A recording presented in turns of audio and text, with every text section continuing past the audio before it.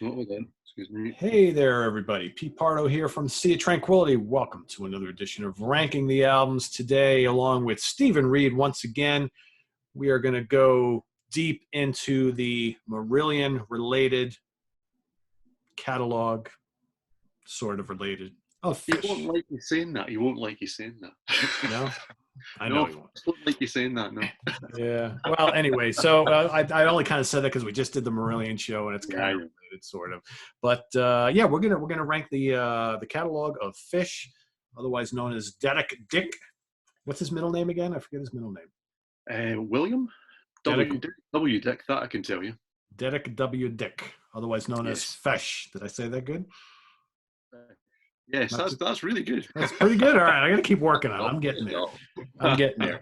So we got 9 studio albums, and we're gonna the 10th one has yet to be released. So when that is called it's got a German title. What's the name of that? Weltschmerz.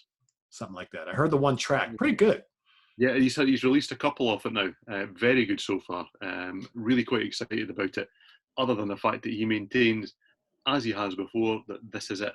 There'll be no more after this. So yeah, he's been saying that for a while. He has, and I hope he continues to say it for a long time afterwards.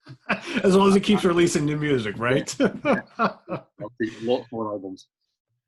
So if you're unfamiliar, I'm assuming if you come into this video, you have to be familiar with who this guy is. But if there's for some strange reason you have never listened to this guy before, a little bit of history. He was the former lead singer and lyricist of the band Marillion. He appeared on their first 4 records, jumped ship, started a solo career, and that's what he's been doing ever since. He is 6 foot, I'm trying to remember because I met him a couple times. He's way taller than me. He's like 6'3" or something like that, 6'5", I don't know. 6'4", I think is what I believe he is, yeah. Yeah, he's a big guy. He's got a wonderful accent, just like my comrade over here, Stephen. And because they're both from, I mean, is he from like the same region as where you're from? Where exactly is he? Not far away. He's from Haddington, or that's where he stays these days, so it's just outside Edinburgh. So that's round about 40, 50 miles from me, so not far at all. That's not far at all. Okay. But it is Scotland, so most things are within 40, 50 miles of yeah, there you go. So, but a pretty cool career with, some really good albums. I mean, going through this exercise, I was just remembering how much I really dig a lot of these albums. Yeah.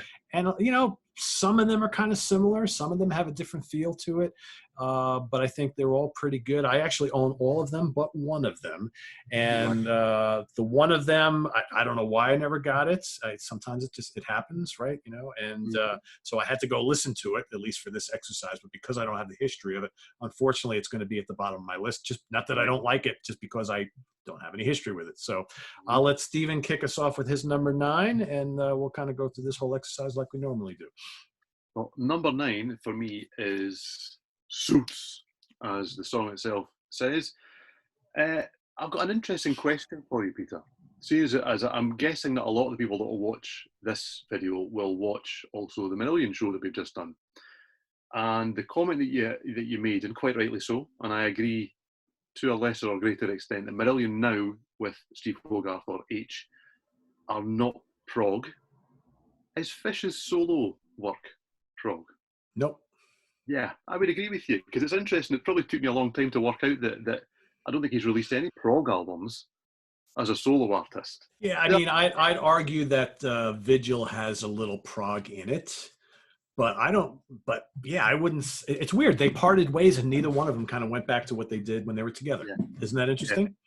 Yeah, it is. It's funny. One of those things that, I mean, I'd realised it before, but doing this exercise of going through and listening again and just reappraising things, which is great fun, made me realise that there's very little prog in anything that Fish did. As you say, Vigil as an album, possesses, certainly in the keyboards, Mickey Simmons' keyboards and that. Anyway, getting way ahead of me.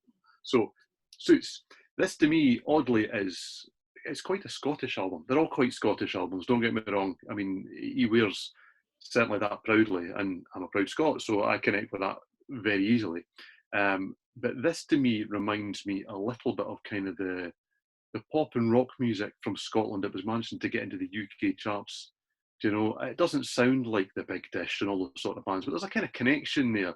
This album, much like I like it, I have to say, I mean, there's good stuff on here. There's Lady Let It Live, which was a cracking single. There's Emperor's Song, Fortunes of War. I mean, I'm going through this and liking it all. Jumpsuit City. but it's an album that's a bit about get to the chorus. And when you get to the chorus, we kind of repeat the chorus. And I don't mind that. And I sing along with it, and I make lots of silly noises, because Fish always makes lots of silly noises when he sings. He does like, ha! And all this sort of stuff. I do like to be fair, and the live shows, and you do them as well. But it's the one, to me, he was going through a hard time as a solo artist at this stage, and he did Songs from the Mirror, which was the covers album that came out just before this, in an effort to finance this, but the label didn't want him to do Songs from the Mirror. They wanted him to just go ahead and do this. And it always feels like a little bit of a compromise to me. And out of the 9 albums, it's the one that I would say I'm not sure about. I like it. I listened to it just the other day, and I still remember all of it. I listened to this a lot when it came out, but it doesn't really get me going, put it that way. So that's I wasn't crazy about it when it first came out, and I found that I grew to really like it a lot more as time went on, which does happen sometimes, you know? Yes, indeed. So my number 9 is going to be the one I don't have, A Feast of Consequences from 2013. Okay. But what I have heard, I like. Yeah, there you go. Like I said, I listened to it for the purposes of doing this. It's pretty good. I got to get it. You know, it is really good. I just, you know, again, I don't have any history with it, so I can't really rank it any higher. But it's good. All his albums are good, I think. So I'm sure the new one's going to be really good. So I don't really have much to say about it. So I guess we'll move to your number 8. Fair enough. Interestingly, Rain Gods with Zippos, and then the albums that kind of come next, arguably are maybe the more progressive of the latter era of Fish's stuff. This is, I mean, latter, 1999. He's not been very prolific, it has to be said. He's often, maybe I think, taken his eye off the prize to some extent. Just as you think he's cracked it, he goes and does some acting, and he talks about writing a book, and you know, he's always got another project on the go. And I think sometimes he's kind of go, and I do music too. But when he does the albums, I mean, it's a different story entirely. I mean, Stephen Wilson's involved in this, so as a massive Stephen Wilson fan, this should be much higher than it is. But I mean, he's on Tumble Down, one of my favourite tracks on this. That's the opener, and there's a cracking cover of Faith Healer on here. So it's a Alex Harvey Band song, which I was really pleased to hear him do on record or CD, because I saw him live as a solo act the first time. He played that song, and I didn't even know who it was at the time, and it just absolutely blew me away. And then I went and found out who it was and what the history of the song was. And then when he did Songs from the Mirror, he didn't put it on there, and I was like, how can you not put that on there? And he did it. It's a great cover. Yeah, it is a great cover. Yeah, arguably better than anything that's on Songs from the Mirror, which I must admit I do quite like. It's got Bruce Watson on it, on guitars as well. He was in, and probably is still in, Big Country. It's very different to this. They're kind of famous for the bagpipe sort of guitar sound. And Robin Boult's on guitar as well. I think Fish's albums are very much a tale of guitarists, because he struggles to hold a band together, which a lot of solo acts do, to be fair, because you got to pay these guys to keep a hold of them and stop them doing other things. And when you're not working, Robin's hung with him though quite a bit over the years, though. You usually can always count on him. Yeah, Steve Vance is as well on bass. So right. there are some, you know, mainstays that have, you know, gone through the album with him. But yeah, I like Rain Gods, and the song itself. It's actually called Rain Gods Dancing, where he sings the title to the album. That really connects to me. That's a good track. You know, and it's really good. And I'm loath, because we're talking 8 and 9 here, and it makes it sound like these are not great albums. These are great albums too, I have to say. I like every album that we're going to talk about here, but you like some more than others, and Rain Gods ranks at number 8 for me. My number 8, I'm going to go 2004's Field of Crows. Mm-hmm. Strong album, you know. You asked me before, do I consider any of the Fish albums progressive rock? Mm-hmm. And I said no. Yeah. Honestly, I couldn't even tell you what they are. Yeah, I have always found with his solo stuff, you can't classify it. Yeah. It's not even really rock. Yeah. It's not really folk. Is it kind of pop music? Yeah. Is it like kind of Celtic styles? Yeah. I don't know. I never knew how to take his records. And this one's another one that's kind of like, you know, Moving Target's great. You got, you know, Old Crow is good. Exit Wound, fine song. Yep. Shot the Crow, you know, The Field, you know, kind of lengthy tracks. They're atmospheric. They have that, like you said, they're very Scottish sounding. Yeah. But it doesn't sound like Marillion. Nope. Old or new. And it's just like, yeah. But I think that all of us who have been following him, when, you know, solo or Marillion, we just love him as a songwriter and a storyteller. It's just like that. But it's not singer-songwriter type stuff either. No. Right? Yeah, it is. I mean, putting a tag on it, as we like to do, is remarkably difficult. It was interesting, you know, looking for some of the history on some of these albums as well to kind of jog my memory when we were going to be doing this. And you see his albums reviewed a lot on prog sites. And lots of people go, yeah, but no, he's not prog. But invariably they're ranked really high. So yeah. in the right boxes in that field. No pun intended, in that field, because my number 7 is Field of Crows. There you go. So he's ticking the boxes in that field. I mean, but as you say, it isn't prog, but it's not straight ahead rock, but he sometimes does that. I mean, there's stuff, sometimes he plays jive.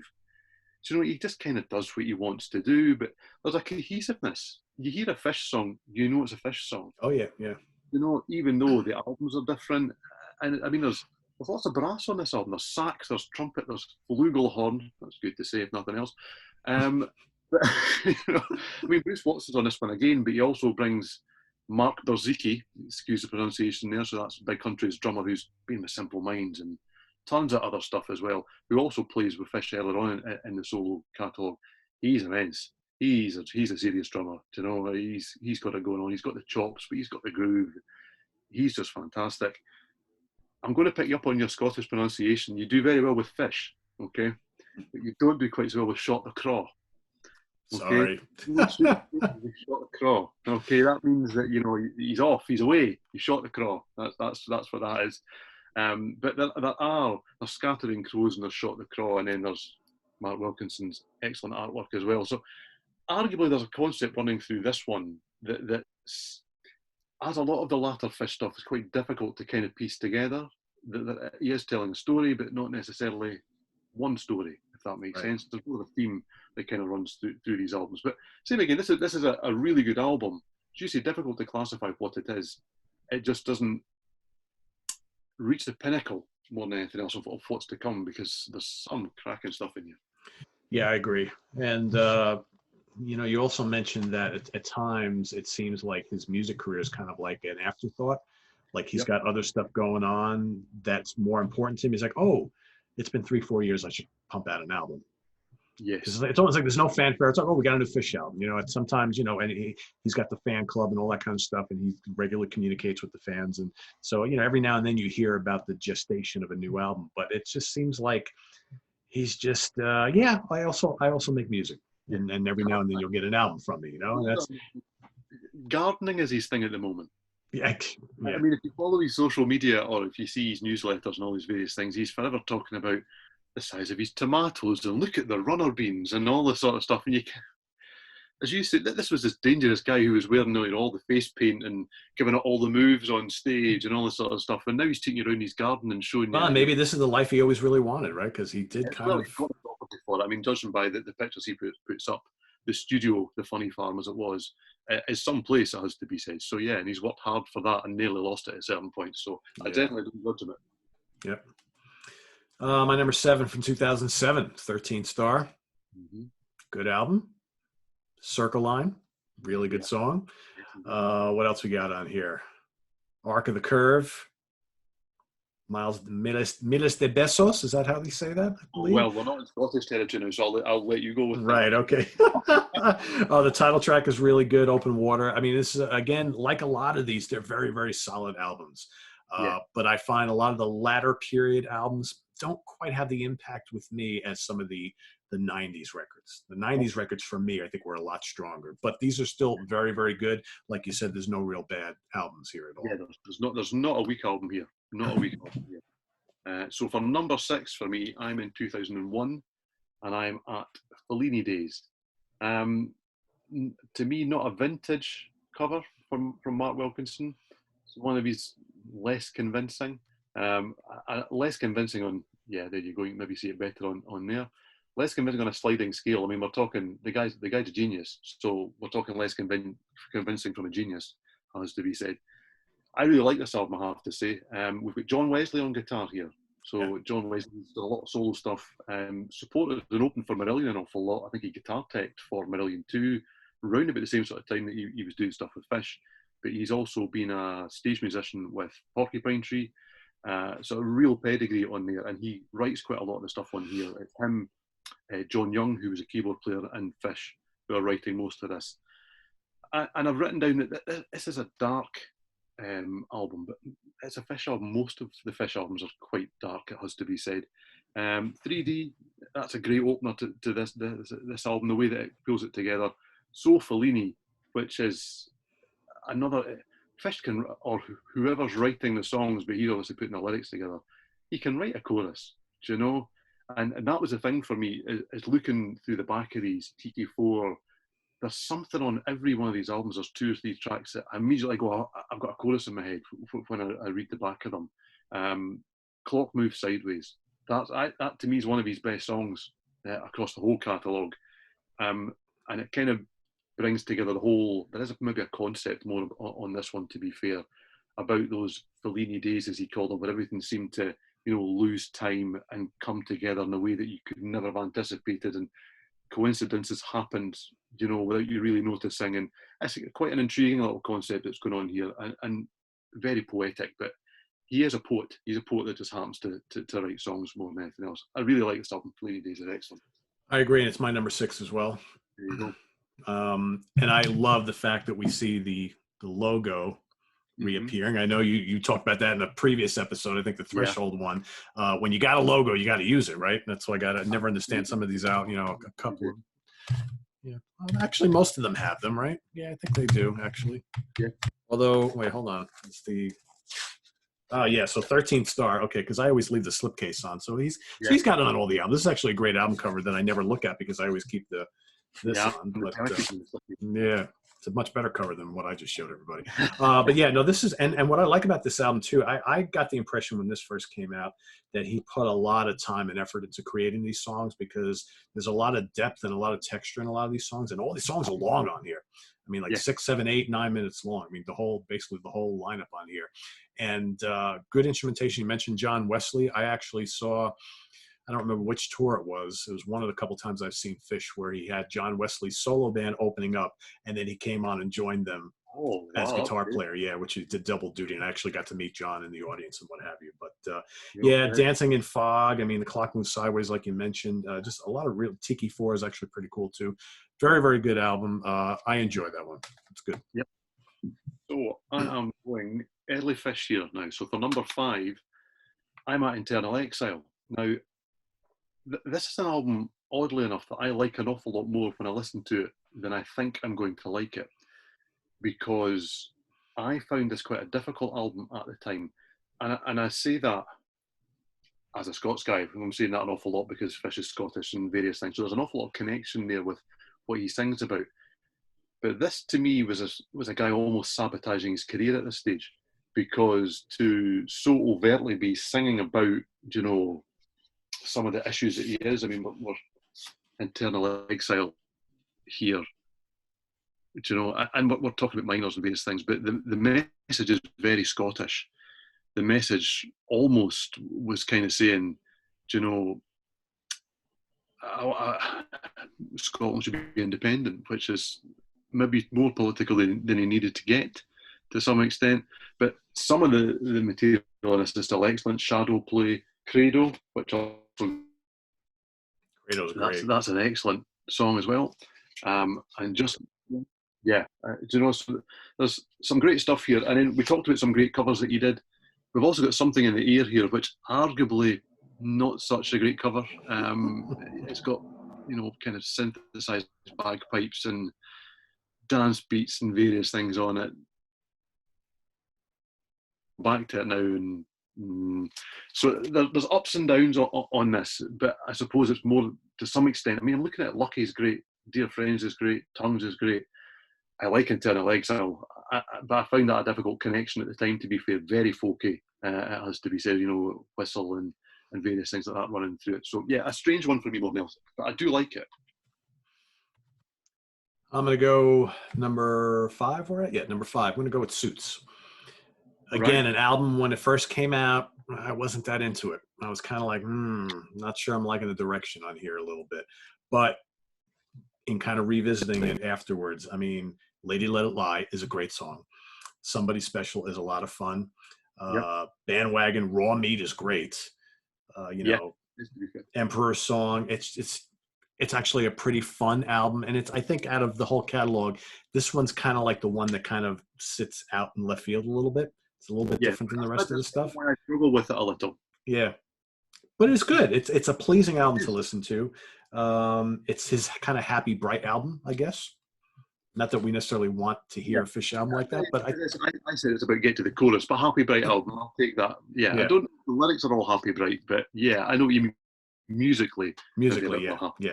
Absolutely. Yeah. So number 4, I'll take it out of the slipcase because my slipcase 1 has got. Oh, this is way nicer than mine. Jeez. Yeah, there you are. Okay, and then gypped on my end. When you turn it this way, this to me, that's a stunning piece of artwork. Oh yeah, look at that. Outstandingly good, you know. So this is 13th Star anyway. Sorry, and I really like his latter stuff. Do you know? This is 2007. We're in. Frank Usher's back on guitar. Chris Johnson. Surprisingly, Steve Vance, who's been with him, he's the bassist in the band, still is now. He'd been with Fish for quite a while before that, and he's still with them now. And suddenly he writes an awful lot of this album. And it makes it quite an angry album, I think. Do you know, I mean, there's the one that, when you held your copy of 13th Star up, I immediately went, Manchmal. That's what I thought, that's what I heard, and that's the chorus that I get. And it's a shout. He's not singing that, it's a shout in that chorus. And I just really connect with this album. It was the one that really made me, man, he's still got his mojo. Do you know, he's really still got lots to say, and it's just, there's fire in the belly, square go. I mean, I don't know how that term translates, but a square go, if you or I are going to have a square go, there's going to be a punch up. That's the way that it goes.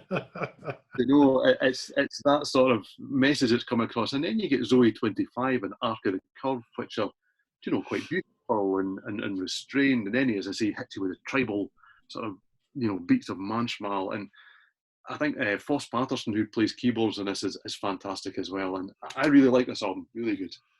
And I'd argue that Frank Usher is probably my favorite guitar player that's ever played with him. Yes, we saw him. We were lucky enough to see him. He did an acoustic tour. It's a few years ago now. He actually played Perth, which is roughly where I am, which is very unusual. Nobody plays Perth, so we made a point of going along. And it was... Frank was just outstanding, and getting to just be in a calm audience where it was actually seated, which was quite odd. And Fish asked for the lights to be up, which was very odd. Yeah. He wanted to see us as we saw him. Slightly uncomfortable to be watched by the guy singing, but it was a great night because Frank Usher, we were about 3 rows from the front, just going through his paces, sitting down, playing in a really relaxed manner was just quite breathtaking, I have to say. One of those guys that's totally underrated and goes below the radar for whatever. Very good player, and he makes a good partner to Fish. I mean, I think the two of them will work really well together. My number 4, Rain Gods with Zippos. I like this album a lot. I always have. You know, you talked a lot about the great tracks already, but man, Tumble Down is so much fun. Incomplete, Tilted Cross, Faith Healer cover is excellent. You know, the Plague of Ghosts, just really, really good. And if my memory serves me right, this is the last time I saw him live. He came here for a very brief tour, and I caught him in New York City, and that was the last, if I'm not mistaken. I think actually, no, he played one more show here a couple of years after that, but this was the last time that I actually got to see him. So really good tour. We saw him here on that tour, and I think from memory he played in a place called the Liquid Rooms in Edinburgh, which has closed and then reopened, thankfully. And the crowd was quite small, and it just didn't click that night. It's the only time I've ever walked out of a Fish show and thought, yeah, it was good. Wasn't great. He actually did not sing good at this show. He had a female singer with him on that tour here in the States. And it was the first time I could tell him, like, man, his voice is not holding up that well. Yeah. And the interesting thing for me, since then, he's managed to start to play the bigger halls again over here. And the last few times that I've seen him have been in the ABC in Glasgow, which must be about 5 or 6 times the size of where we were before. And absolutely rammed. And admittedly, one of them, he did play Clutching at Straws from start to finish. So there was a Marillion draw with that as well. But he absolutely nailed it, as to be said. Back bang on form. That's why I'm so disappointed he's talking about wrapping it up, especially when my number 3 is A Feast of Consequences. He says wearing the t-shirt as well. This is Fish just doing what he does. He gets his head round an idea, around a story, and this album is, I've written this down because I can never remember it very well, but it's based around war, which a lot of his lyrics always have been and continue to be. But he was on the battlefields of the First World War and discovered that actually where he'd been was very close to where his grandparents, his grandfathers, had both fought in the First World War, and it all just kind of builds from there, and it creates a real atmosphere. And the Highwood suite that runs through this album is just incredible. You've got the Highwood, Crucifix Corner, The Gathering, Thistle Alley, and The Leaving, and he played those live before the album came out, and man, oh man, it was a journey, and you could see how much it meant to him to be singing those songs, and it really hit across. It's seldom that you see a singer play so much new music in, you know, quite a big chunk of their set, and for the crowd just to respect it completely. And by the end of it, everyone was leaving going, "Oh, I can't wait for this album to come out." And that would never happen here in the US, sadly. Fair enough. Well, it definitely did on and reading the reviews from elsewhere, it did across the tour in the UK, I'm pleased to say, but it really did in Scotland anyway. Really. US listeners really don't give new music by an artist that they love a chance, not until further down the line. That's why I hear a lot of bands who come here, especially European acts, they come here and they try to play the well-known stuff because they know that the US audiences are so tough on new music. It sucks. It really does. Because I'm sitting there listening to you tell this story. I'm like, man, I would have liked to have been at that show, because I love to hear the brand new or not to be released stuff, because it's like, you know, it's like, great, it should be exciting. But people here want to hear the same old over and over and over again. Oh, well, I didn't realize how fortunate we are then, because especially with an artist like Fish, and yes, he has done Misplaced Childhood tours and he's done Clutching at Straws tours in recent times, and don't get me wrong, they've been absolutely fantastic. But when he went out and toured prior to this album came out, I mean, he played, I mean, what is it in effect, maybe almost a quarter of this album, plus he played Perfume River off this, which is one that's stuck in the live set since, and it really came across remarkably well, it has to be said. And he is still a remarkable showman, but he's not as sprightly as he once was, shall we say. Do you know, I mean, as we've touched on before, he's a tall guy, he's an imposing figure, he's 6'4", he's in about there. But that obviously maybe gives, you know, issues with back problems and various things. And, you know, he's not necessarily the front man that's in the best shape in the world, always say. True. So he's kind of lost a bit of that, but you still can't take your eyes off him when he plays. And that says a lot about him, it has to be said. Yeah, this to me, I mean, we're 2013, still his most recent album, so it's a long time ago, unfortunately. So I'm really, really excited about the new album coming out. Cool. I think when I get the new album, I got to get that one too, because I'm kind of jealous that I don't have the listening history with that album, because the way you're talking about it, it's like, you know, I need to get there. So very cool. All right, my number 3 is going to be Eternal Exile from 1991. Man, I played this to death when it came out. Shadow Play and Credo and Favorite Stranger, Lucky, Tongues. I agree, Eternal Exile is kind of maybe a little bit more folky than we wanted. I could do without Something in the Air. It's okay. But yeah, no, different. This is the US album cover. Very different. Yeah, you see how Scottish. Right. And here, not so much, right? It's like here, they're like, all right, this is kind of like the mysterious album cover. You also see, there's a wee, if that you can catch that, like there's a jester on the front here as well. Yep. So that's an interesting. I like the outskirts of the photograph there. That's actually pretty cool. That's actually more interesting than this. I think that's the bland. I mean, it's not a Matt Wilkinson cover, obviously. So that's the bland I could imagine on a Fish album, to be honest with you. This says nothing. This says nothing, really. Yeah, I mean, it doesn't tell you about what's happening inside. Not that really does either, to be honest with you.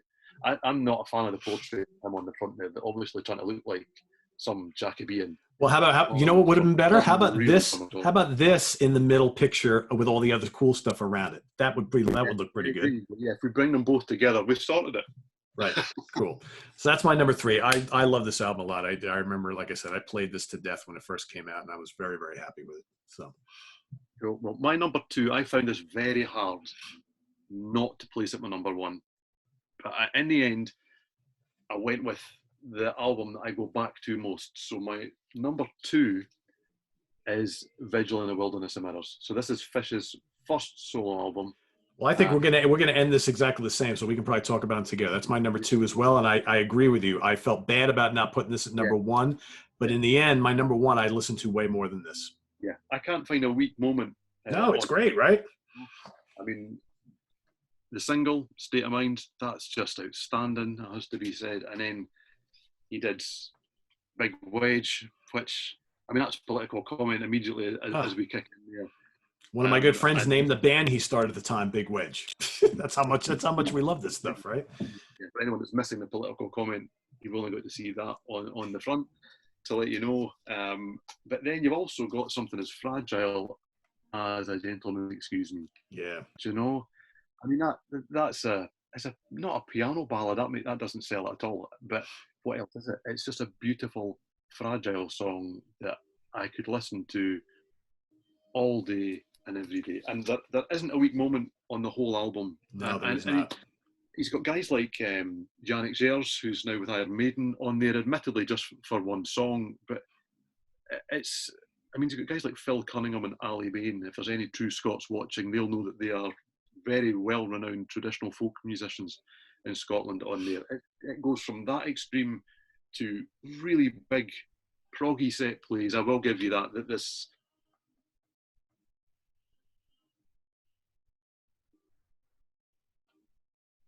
It looks like Steven's frozen. Is he coming back? All right, well, I'll take up here from, all right, so Steven appears to be frozen, his video. This happens on Zoom sometimes. Yeah, I mean, just a classic album. If you had any doubt that Fish would lose his way after leaving Marillion, this kind of obliterated those doubts. I mean, Cliché is just such an amazing song. View from the Hill, Family Business, The Company is so great. It just top to bottom, this album just really, really works so well. And it was a great debut for him as a solo artist, I think. So that's, along with Steven, that's my number 2.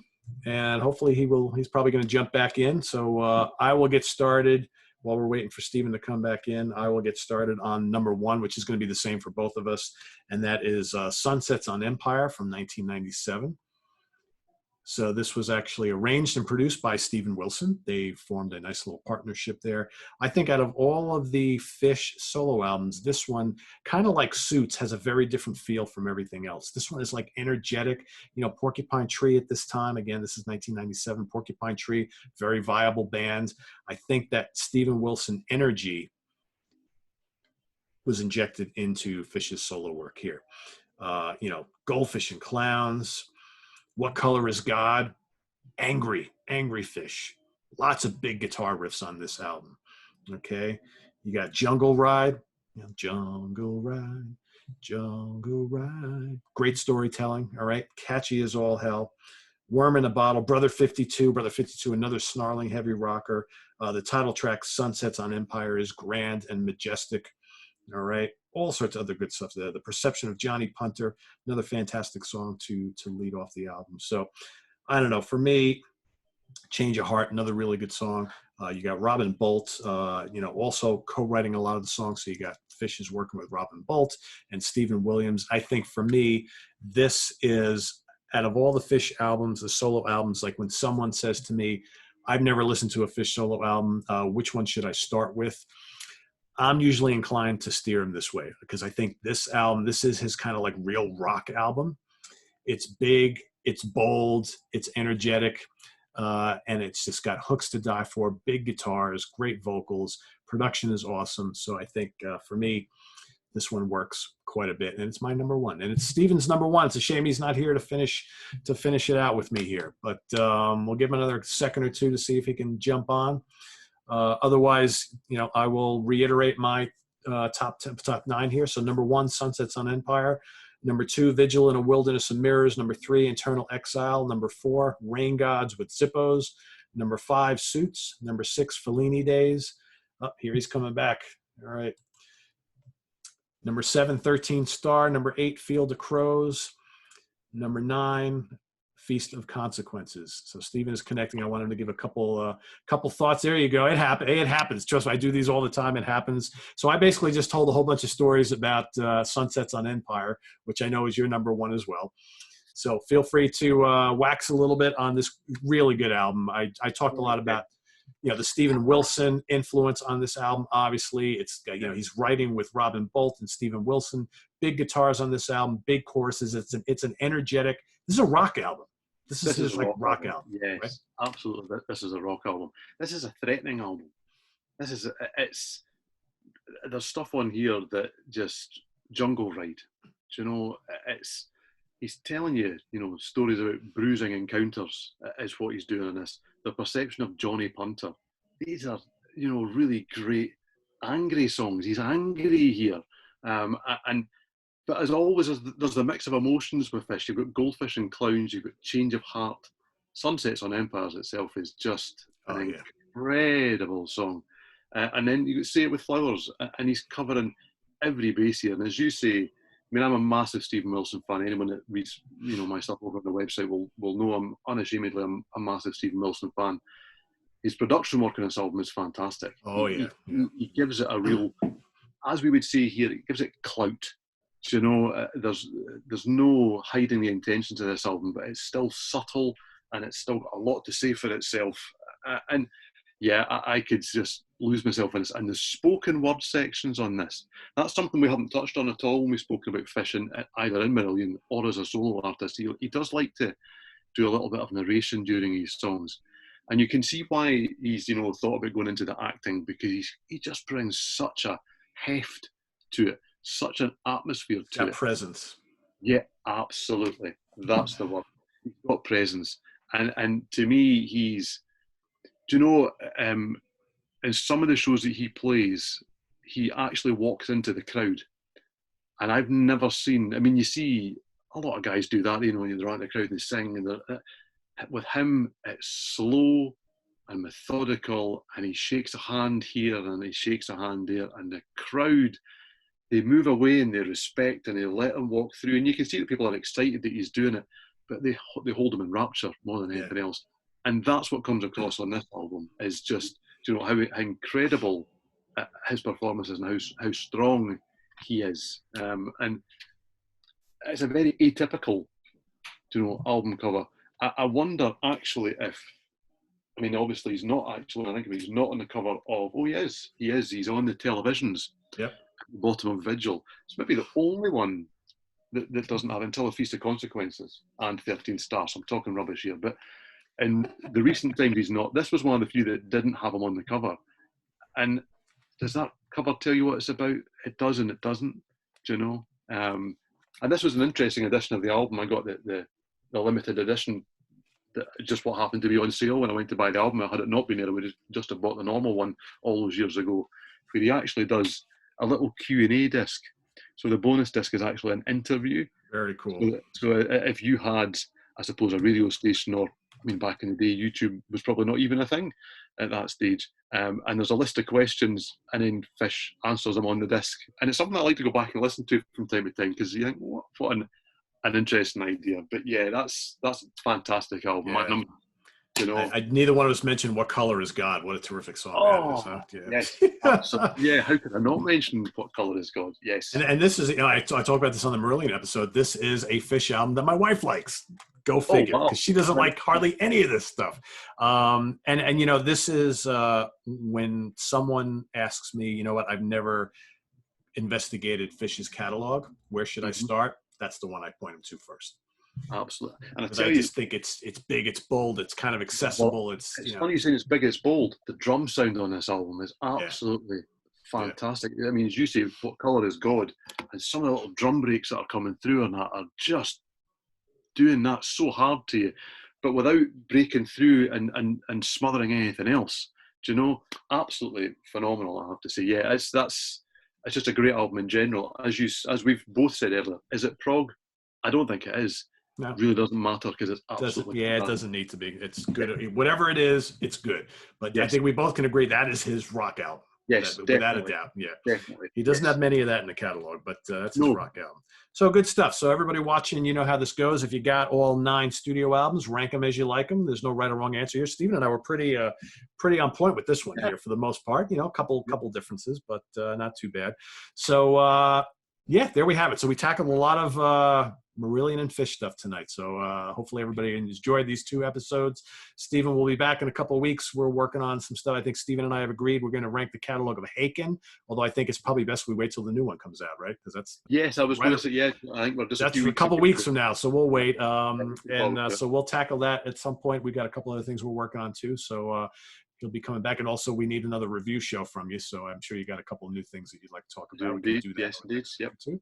So this is on the web at www.seaoftranquility.org. We're on Facebook. We're on Twitter. Of course, we're here on YouTube all the damn time. For Stephen Reid, I am Pete Pardo. We'll see you guys tomorrow morning with Deep Cut Dive with Journey. So stay tuned for that. We'll see you then. Take care, everybody. Have a good one. Bye-bye.